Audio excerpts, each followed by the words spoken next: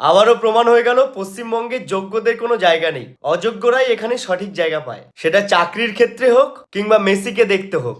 গতকাল 13 ডিসেম্বর ছিল, সল্টলেক স্টেডিয়ামে মেসি এসেছিল এবং তাকে দেখার জন্য হাজার হাজার টাকা দিয়ে দর্শকরা টিকিট কেটে মাঠে উপস্থিত হয়েছিল শুধুমাত্র মেসিকে দেখবে বলে। কিন্তু দর্শকরা মাঠে গিয়ে কাদেরকে দেখতে পেল?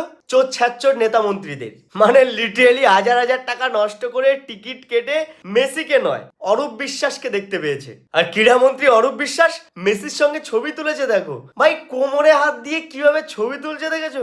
এমন ভাবে ছবি তুলছে মেসি যেন অরূপ বিশ্বাসের মাসির ছেলে। অরূপ বিশ্বাস মেসির কোমরে যেভাবে হাত দিয়েছে, এটা দেখে একটা বিষয় ভীষণ ক্লিয়ার, উনি বাংলা সিনেমার পাশে না দাঁড়ালেও বাংলা সিনেমার হিরোইনদের কোমরে ঠিক হাত দিয়ে দেয়।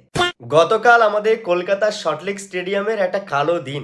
সত্যি বলতে ওই রাজুদা বলেছিল না, কাল সেই 13 তারিখ, কালকে আমার জীবনের সেই মর্মান্তিক দিন। রাজুদা পরোটালা ঠিকই, কিন্তু